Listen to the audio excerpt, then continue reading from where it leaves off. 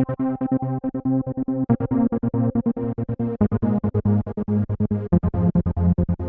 everyone, it's Jeremy, and this is my ball python, Jean Grey. Today I want to talk to you guys about animals that I don't believe should be pets. Obviously there are lots of animals that exist out in the wild that would probably make terrible pets. I'm not necessarily talking about all of those animals, but I am talking about animals that are sometimes kept as pets that probably shouldn't be. This video is part of a series on my channel. Other videos in this series include animals that I want to keep someday and animals that I don't want to keep. This is a series that several other pet YouTubers have done, including Tyler Ruggie, Emma Sampson, BB's Beasties, and Pickles Pets. So let's go ahead and get right into the video. The very first animal on my list that should not be kept as pets but sometimes are is primates. Of course, I know there's really nobody keeping gorillas or baboons or anything like that as a pet. However, there are people who keep certain types of monkeys and lemurs as pets. And the problem with keeping a primate as a pet is they are prone to aggression. They have fits, they throw tantrums, they live for a very long time, and it's like having a toddler that never grows up. I agree, there are some primates that are extremely cute and adorable. However, they are best left to be observed in nature or perhaps in a zoo, but not so much kept as a pet. The next animal on my list that I believe should not be kept as pets but sometimes are is crocodilians, such as gators or caiman or even crocodiles themselves. And I know there are people in the reptile hobby, there are people specifically on YouTube who keep alligators or caiman as pets. And personally, I don't agree with that. I don't think that you should keep gators as pets. They are very large animals with very specific requirements and very sharp teeth. They have a very strong hunting instinct. They need to have access to a large body of water. They need to hunt. And like primates, crocodilians are just far too intelligent to be properly kept as a pet. I'm sorry, I don't mean to imply that you're not smart. You're a very smart girl. But there's absolutely no reason that anyone should be keeping an apex predator as a pet. Absolutely anything can go wrong, and oftentimes things do go wrong. It's just asking for trouble, keeping something like that as a pet. Next on my list of animals that shouldn't be pets, but sometimes are, is big cats. And when I say big cats, I'm not talking about a fat cat. I'm talking about animals like leopards and cheetahs and lions and tigers. These animals should not be pets. Again, just like I said with crocodilians, big cats are apex predators. They need to hunt. They need to kill. Not just to survive, but it is part of their instincts. They need that. And I know that it is a status thing in the Middle East and in Russia and in several other countries to keep big cats as pets, but those big cats that are kept as pets are oftentimes drugged to be kept docile. They're not exhibiting their natural behavior. They're not trained and tamed. They are drugged so they appear more tame than they really are. And although oftentimes they are drugged, sometimes they're not, but whether they're drugged or not, you do still run a risk of them turning on you. There's been videos recently go viral of circus lions turning on their trainers and attacking them. And that has happened several times throughout history. And it's also been known to happen with pet big cats as well. Next on my list of animals that shouldn't be pets is wolves and coyotes. Now, I haven't really seen a whole lot of people keeping coyotes as pets, but when I did research for this video, I found a few examples of it. But I have seen a lot of people keep wolves as pets, and also people who keep hybridized wolf dogs as pets as well. The problem is, again, these are apex predators. They have a strong instinct to hunt and to kill. And I know some people might disagree with me on this one, because there are people out there who keep wolves as pets and they're very passionate about it.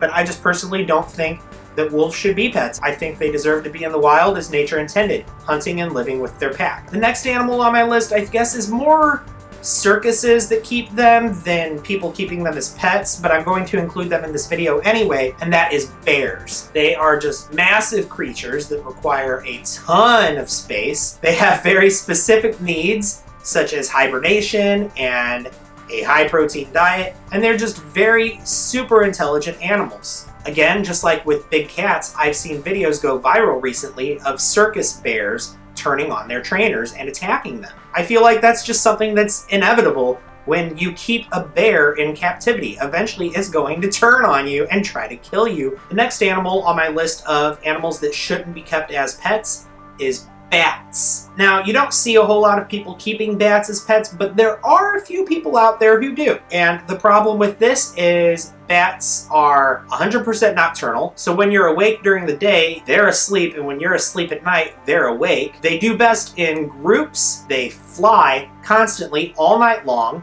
They need a lot of space to do that flying. They can live over 30 years. They hibernate over the winter. They have very specific dietary requirements. They're known to carry both rabies and SARS. And on top of all of that, they have very sensitive immune systems. And bacteria from human beings can actually make them very sick. And so for all of those reasons, I believe that bats make terrible, terrible pets, and they should not be kept as pets. The next animal on my list is foxes. Now there is an exception to this, and that is the fennec fox. Fennec foxes are oftentimes kept as a pet. However, a fennec fox is still probably not a good pet for most people, but for some people it is. But pretty much any other kind of fox is not really going to do well as a pet. They're very destructive animals. If you try to keep them indoors, they will destroy everything in your home.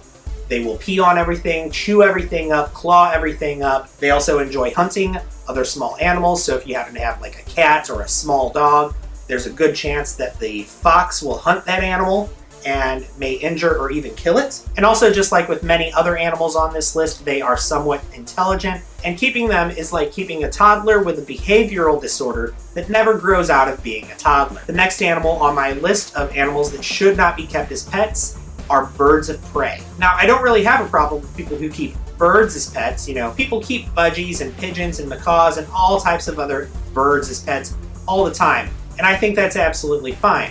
But when I'm talking about birds of prey, I'm talking about carnivorous birds that hunt. Things such as owls and falcons and vultures. I understand Harry Potter had an owl, and because of Hedwig, everybody wants to have an owl. But you really shouldn't have an owl. They make terrible pets. Birds of prey are very intelligent, and they have very specific care requirements. They need to hunt. You also need to be a licensed falconer to keep a bird of prey, which means you really shouldn't be keeping them without having some sort of reason for keeping them, such as educational purposes or something like that. But there are still people who want to keep birds of prey as pets, and I think that that is a terrible idea. The next animal on my list, and this animal was actually on my list of animals that I don't want to keep as pets, is highly venomous snakes.